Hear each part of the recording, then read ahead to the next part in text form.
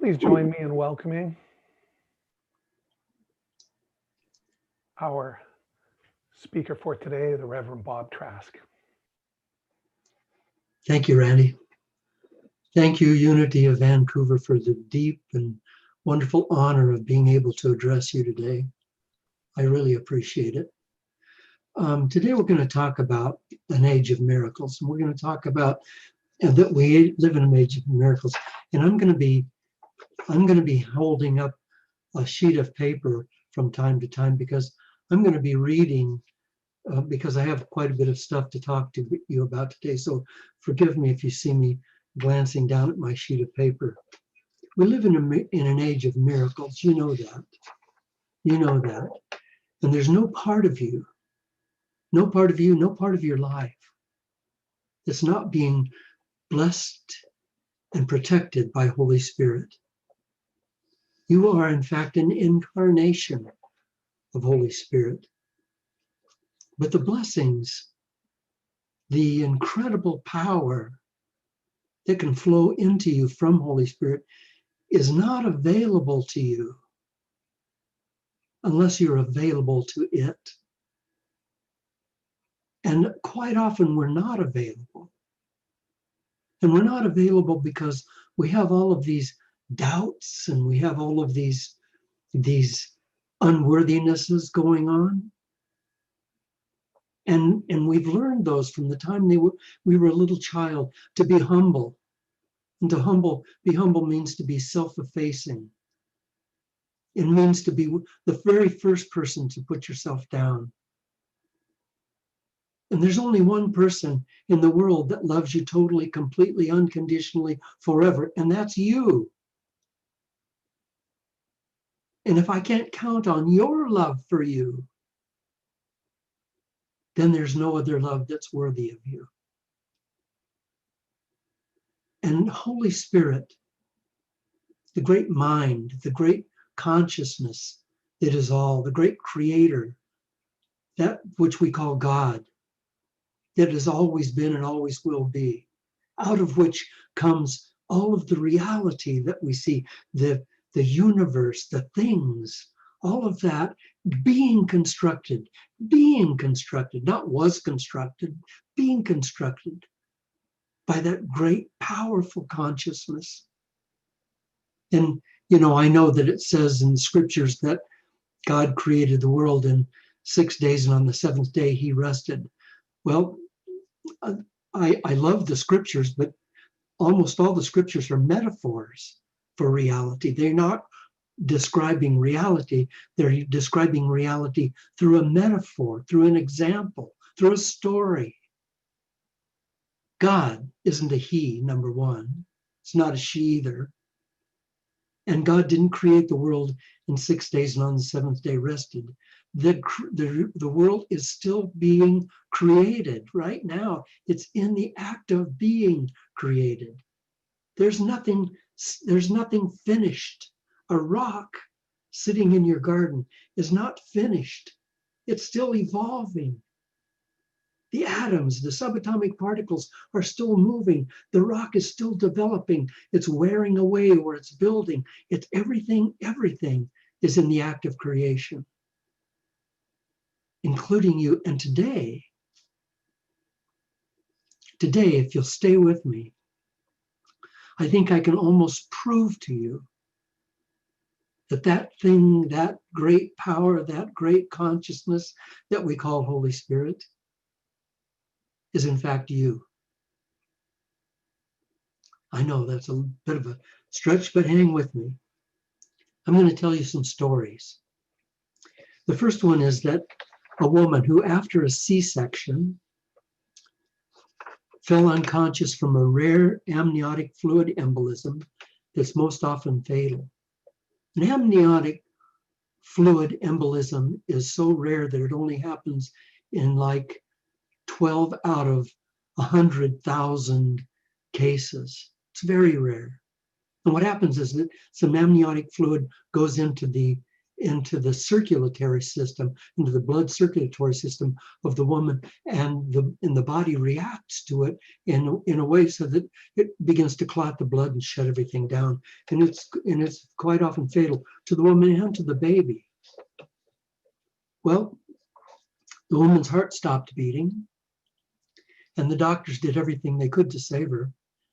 They did CPR, they hooked her up, they did everything they could. They worked for 45 minutes, and for 45 minutes, she had no pulse.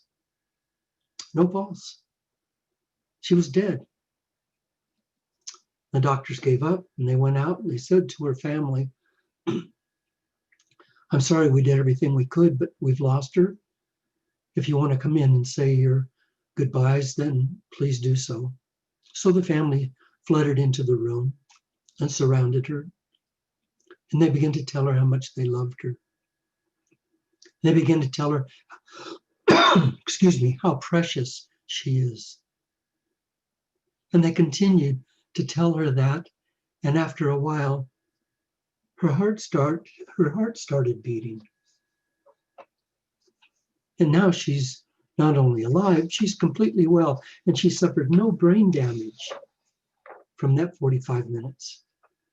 Now, I was a paramedic, and I can tell you, as anybody can that's been in the medical business, that you can only go 4 minutes until your brain cells start dying. 4 minutes without oxygen. In 5 to 6 minutes, you're brain dead, you're done. Done, you're toast. She went 45 minutes with no pulse, and she's 100% fine. 4 police officers had learned that there was a car that overturned in a river, icy cold river, icy cold. Only the wheels were sticking up. So they went and they stood on the bank and they looked down and they heard a voice calling to them. Help me, please help me. The fire department arrived and the firemen also heard it. Help me, help me. They couldn't be coming from the car's underwater. Help me. A little voice. So they waded out in this freezing cold water, formed a line of these guys out in this freezing cold water and ducked down and looked inside. And Lily, an 18-month-old little girl, strapped in her car seat upside down, just above the freezing water. Just above the freezing water. And they got her out. And they passed her from one man to the other till they got her back to the bank. She had been hanging there, upside down, in freezing weather for 14 hours, dressed in only little skimpy clothes. And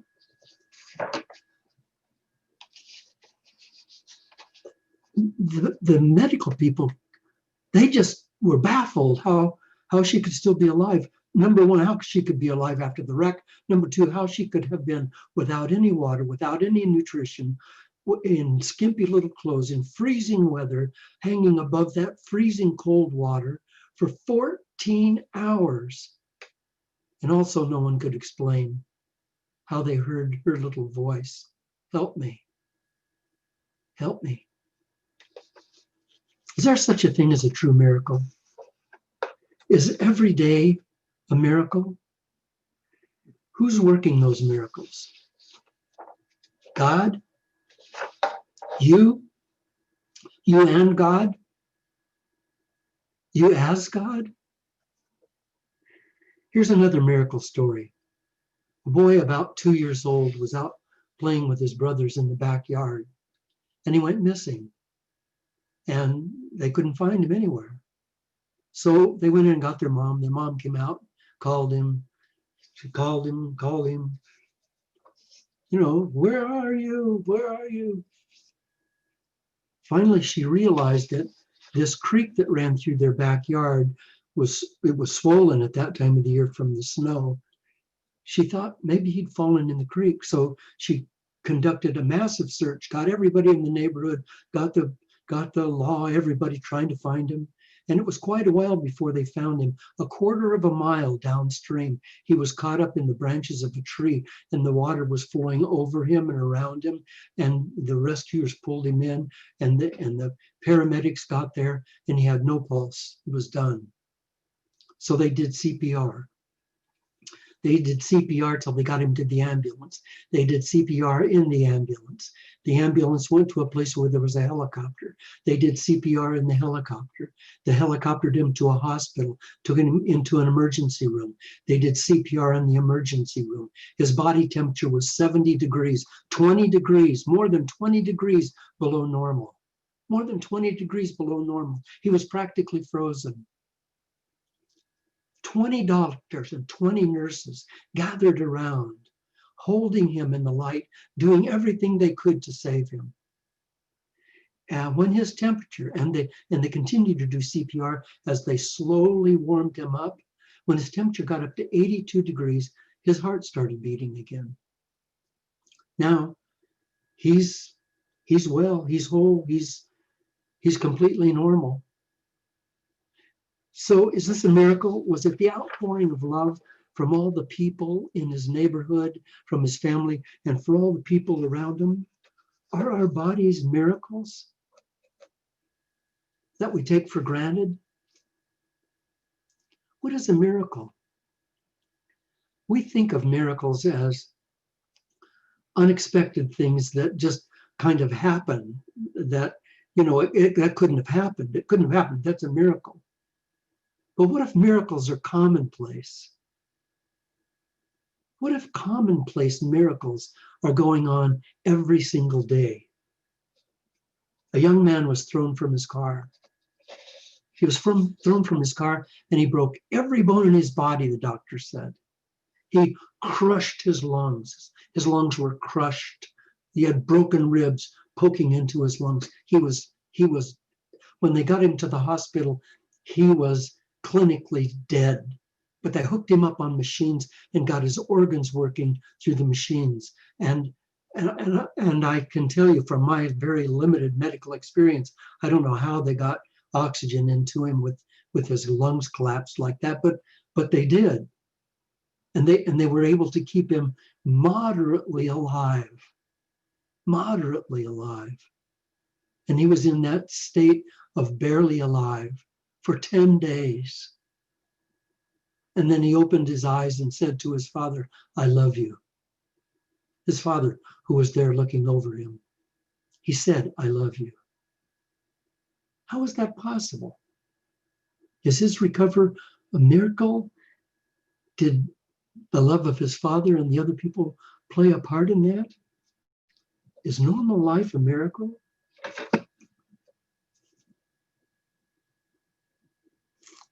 Here I have got my papers out of order, so give me a second. These technical things happen.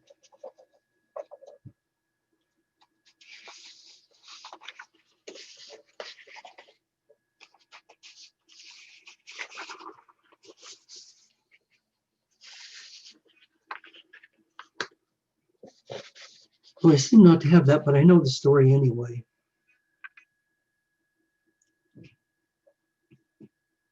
There was a little boy who died. He was born dead, and the doctors did everything they could to resuscitate him. They worked on him for 20 minutes. They did CPR. They breathed into his little mouth. They did everything. And finally, after 20 minutes, it's a long time with doctors working on him, they went out and told his mom and dad, "I'm afraid your son's dead. But if you want to go in and hold him a little bit, then, please do that." So they went in, closed the door, and the woman was laid down on the bed, and the nurse came over and placed the baby on the mother's chest. And they loved him. And the mom and dad just held him and loved him and whispered to him. And after 5 minutes, he moved. And the dad went running out into the hall and found the doctor and said, he moved. And the doctor said, "These are after-death reflexes. They commonly happen. Don't worry about it. It's normal. He is dead. So the father went back and closed the door, and he and the mother continued to hold the little baby and to feel his little feet and his little toes and hands and to brush back his little hair and to love him and talk to him and hold him. And they did that for 2 hours, 2 hours. And then he opened his eyes. And then he opened his eyes. And the father again ran out and got the doctor. And this time he was able to coax the doctor to come back in. And the doctor came in, put his stethoscope on the baby's chest, and he said, "I don't believe it. I just don't believe it." Is this a miracle? Jamie and his twin sister are now 10 years old, and they're completely normal. And Jamie has not had one health issue since. Do planets circulate and rotate around their suns or whatever? Does all that motion happen? What is the force of that motion? Electromagnetic force? What is it? What is it? Gravity? What is that? Is the force of the universe love? Oh, I know that's a little strange. Oh, we're going to go all the way there, are we, Bob? Is it love? Could it be love? Could it be that love is the only energy? Could it be that electromagnetic energy and electrical energy and the greater and lesser forces of energy, could it be that all of those energies are the result of love? Like this light that's shining on me right now. It's shining on me as a result of electricity. It's not electricity. It's shining on me as a result of electricity. What if all these forces and all this action and all this motion in the world is all a force of love? And what if love is actually a presence, a being? I have some other things here. Let me just see if I can find them. Bear with me. Oh, it should be really embarrassing that I get my papers out of order. But unfortunately for you, it's not. In 1981, 2 groups of men in their 70s and 80s, eight men in each group, were taken to a monastery. And in that monastery, the first group went to the monastery, and everything in the monastery was 22 years before. Like there was nothing current. There were newspapers that were 22 years old. There were magazines that were 22 years old. The television was set up to be black and white, and it was 22 years old. All the pictures that were shown, all of this, the newsreels and all of the sitcoms, everything were 22 years old. Everything was 22 years old. And the men were asked if they would please, for the 5 days that they would be there, for 5 days, if they would please pretend with each other and with themselves that they were 22 years younger. Just pretend that for 5 days, 24 hours a day. And so they did. And they stayed for 5 days. And then they went back home. And the researchers did a plethora of tests on their bodies, on their minds, on their emotions, on everything. And then a second group came for 5 days. These men, when they got there, everything was normal. Everything was current. Magazines, newspapers, television, radio, everything was current. Today's news, everything was current. But they were also asked to please pretend for the 5 days that they were 22 years younger. Just pretend that you're 22 years younger. And so they did.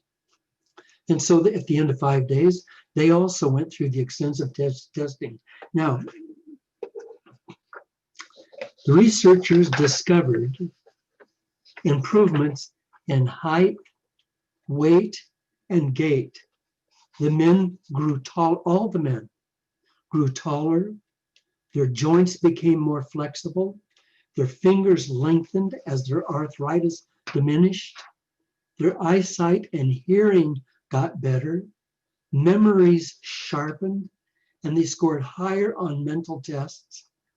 The first group, the guys that went in and they had all of the stuff set up for 22 years before, they improved 63%. 63%. The other group only improved 44%.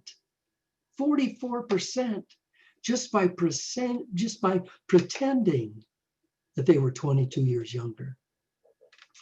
What if you and I were to just start pretending that we were 20 years younger than we are? What if we just tried to convince ourselves that we're 20 years younger than we are? I wonder what would happen. With these guys, it worked. Why wouldn't it work with you? Why wouldn't it work with me? What happens to our minds as we grow older? What kind of attitudes do we get? And the people around us, they begin to treat us with deference because we're old. You're old. I'm 81 years old. Some people treat me like I can barely get around. It's interesting to me. But if we pretend that we're younger, then our bodies get younger. And one of the reasons that happens is because the mind, the brain, which is a large part of functioning how our body works, the brain does not know the difference between reality and fantasy. It doesn't. You know that to be true because you fantasize things and it's made your body react. You fantasize things.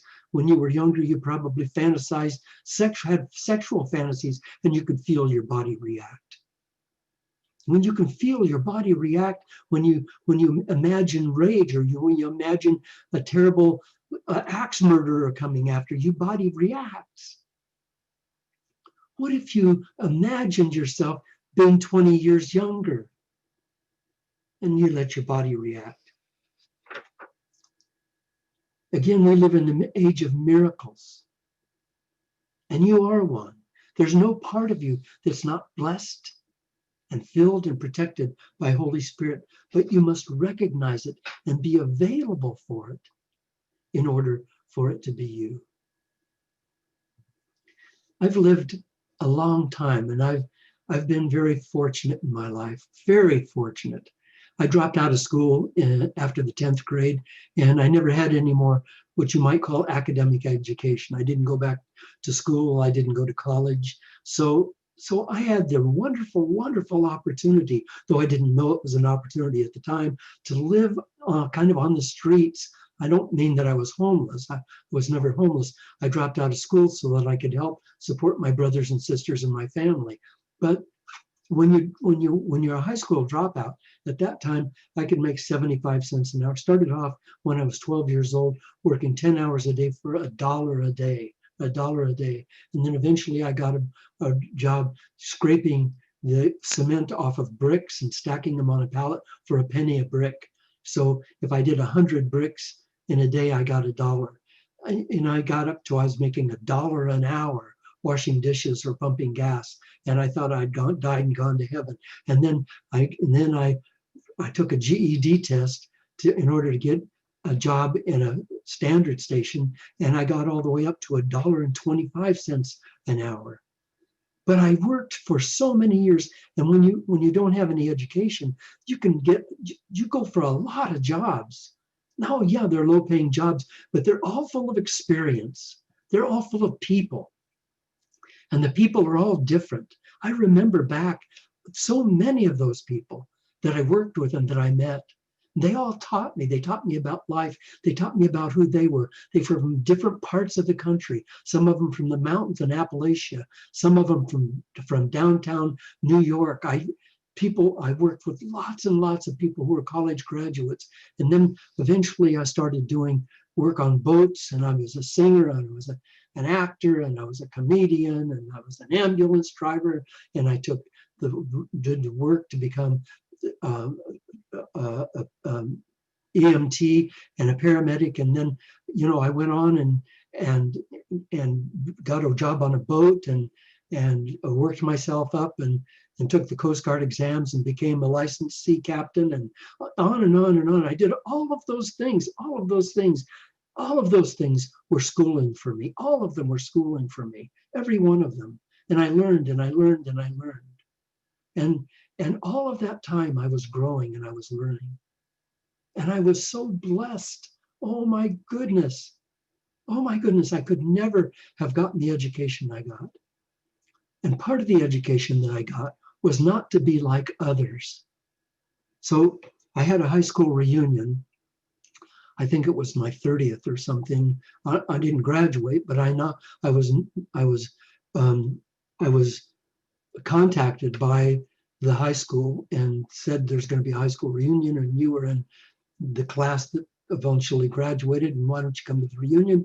And so I went to the reunion, and my wife and I went, and were in the lobby of the hotel, and we went to the room and went in and met all of the wonderful people that I was in high school with. All of them looked really old, but you know, I had not been around people my age. I had not been around any peers of no high school or college or anything, so I didn't have anything to compare myself with. And then little by little, we got around to the place where the ex-class president was making an announcement, and he had me a high school diploma that was actually signed by the high school principal from when I was in high school, and it's a legal diploma. So now I'm a high school graduate. But I'm here to tell you that you have had a big life, and it's filled with so many experiences. And those are all memories, and they're all building blocks in your life. And every step of the way, like me, you were being guided. There was no accidents. There were no mistakes. Every step of the way, you were being guided. When you came into this incarnation, you came in with a purpose. And the purpose was to experience life in every form that you could, so that you would grow in wisdom and joy. And the second part of your mission was to express that wisdom and joy, so that you would uplift the world around you, and so that you would send that wisdom and joy back into Holy Spirit.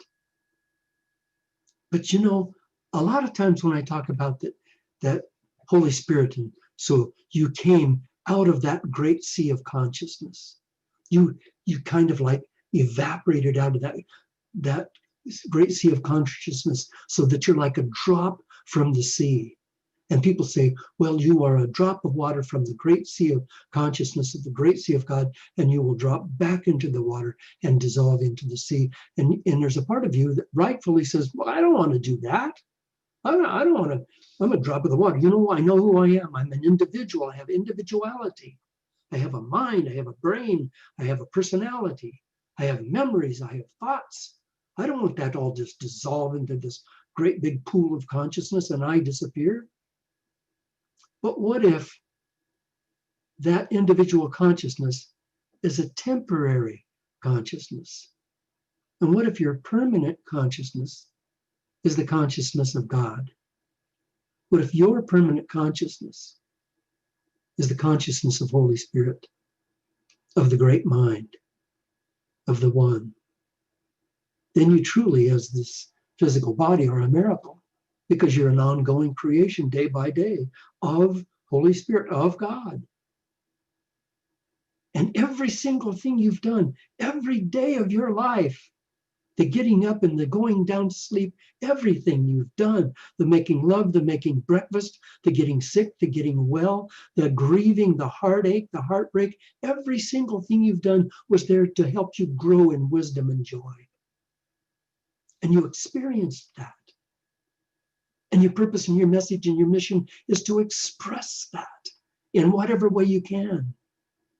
Even if it's just to reach out to somebody and say, I love you. You are sending a powerful blessing of grace into them when you do that. When we opened this service, Edith sang the song, I love you, I love you, I love you. She might have well been saying, I bless you, I bless you, I bless you. She might as well have been saying, I am you, I am you, I am you. Because as we're all individual incarnations from Holy Spirit is one and so are we. So these stories that I read to you today, these stories that I told you, they blew people's minds away when they happened.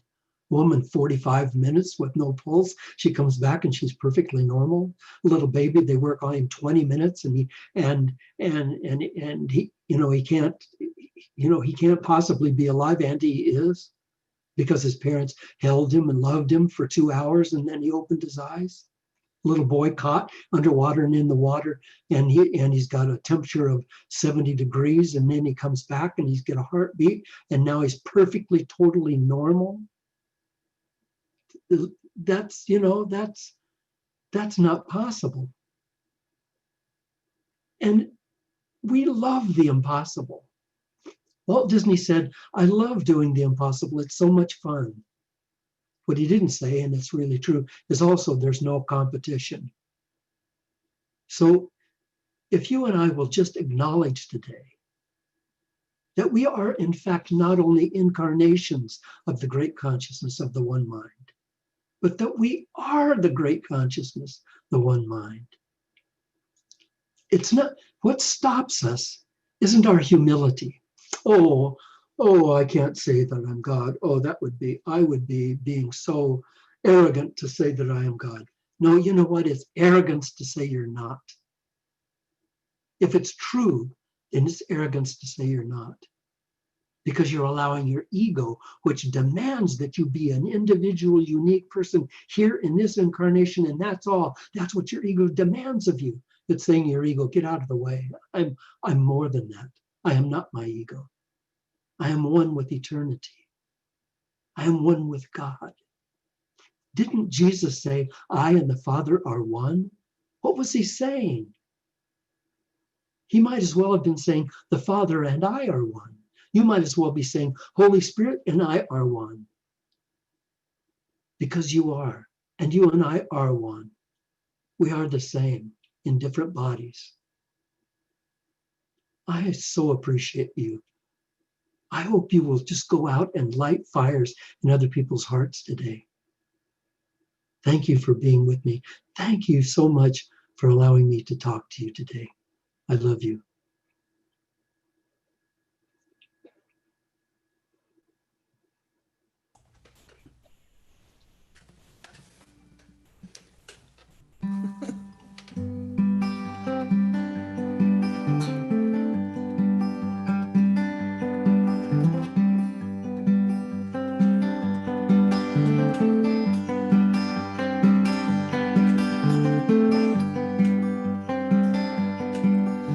Mountains rise in splendor, the sun bursts forth anew.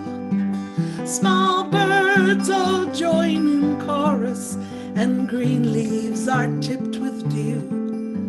I reach to feel this perfect day, that everything I see is the world I am creating with the power I have in me.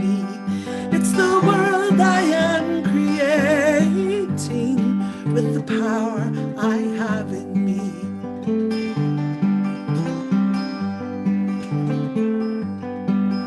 My heart is truly dancing as I turn to you and say, this light that we are sharing glows brighter every day.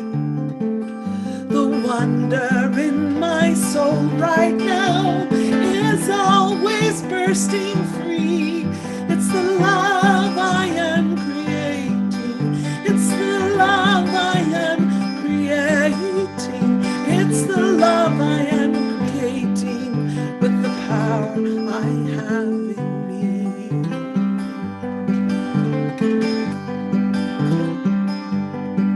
And I live my dreams, and my dreams come true, and my heart it sings with love for you.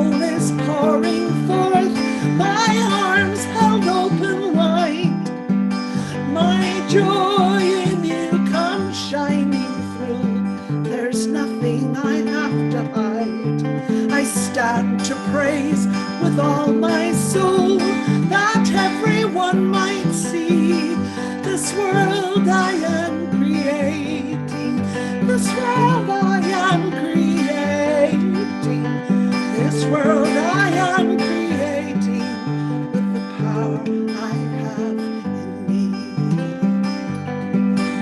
And I live my dreams, and my dreams come true, and my heart it sings with love for you. All the beauty that we're all made of, little miracles narrated with the power of God. We are miracles created with the power of God's love. The mountains rise in splendor, the sun bursts forth anew, small birds all join in chorus, and green leaves are tipped with dew. I reach to feel a perfect day that everyone might see, the world I am creating with the power I have in me. It's the world I am creating with the power I have in me.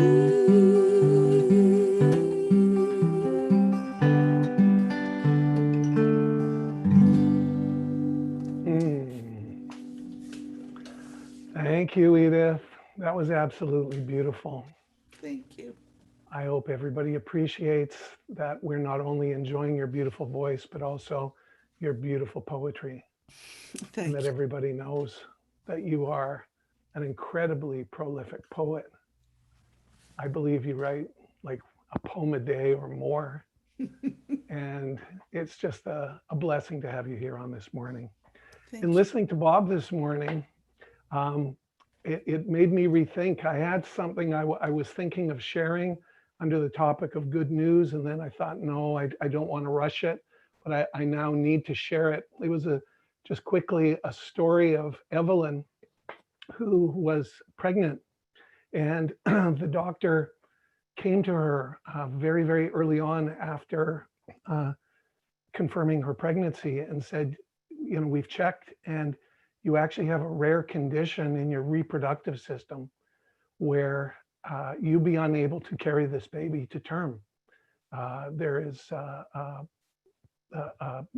of a biomechanical defect and the baby will come out too soon. So as they told this to Evelyn and her husband, they said the best thing really is to simply go home and just allow the miscarriage to happen. So they looked at the doctor and then they whispered to each other and they said, no, we're not doing that. We're going to stay in the hospital. And they accessed family resources. They stayed in the hospital. And sure enough, at 22 months, Evelyn gave birth to this little premature baby. And as you can see, he's hooked up to all kinds of medical devices. And the doctors and nurses, there were a variety of reasons why it was a low probability that this child would survive. And they have a practice in this particular hospital of suggesting to the parents of premature babies that they get some kind of an object that they can photograph the baby with. And then when it grows, they can always look back to how small it was. But in this instance, there was some hesitation because they thought this child's probably not going to live. But one of the nurses took it upon herself to suggest this to Evelyn, and Evelyn told her husband, go out and find something that we can take, that we can disinfect and then put in the incubator with the baby. And what was interesting is he came back with this, an action figure of Superman. And that action figure is 12 inches tall. And I think it's a great example of our ability to see the light in others. They put this action figure of Superman next to this child, and they saw this child as Superman. And after I believe it's 105 days in the hospital, the child was sent home with mother, and they now photograph the child with this action figure on every birthday. And here he is on his 4-year-old birthday. So it reminded me, for whatever reason, the dots connected with a tape I had heard of an old service by Charles Fillmore, where he talked about the Christ. And he said, the Christ came to show us that we really are supermen, and that through evolving our consciousness, we can all become, in our own ways, supermen and superwomen. And so I just thought that this kind of complemented Bob's talk. So thank you for indulging me as I shared that little piece. Thank you, Randy. Thank you. Thank you. That's so beautiful. Thank you. Yeah. So now is the time when we get to support, uplift, and empower our spiritual community through freely given love offerings. And we encourage you, no matter what amount you're comfortable in giving, to make sure you make the effort to give, no matter how small, because you want to adopt the consciousness of someone who has enough to give.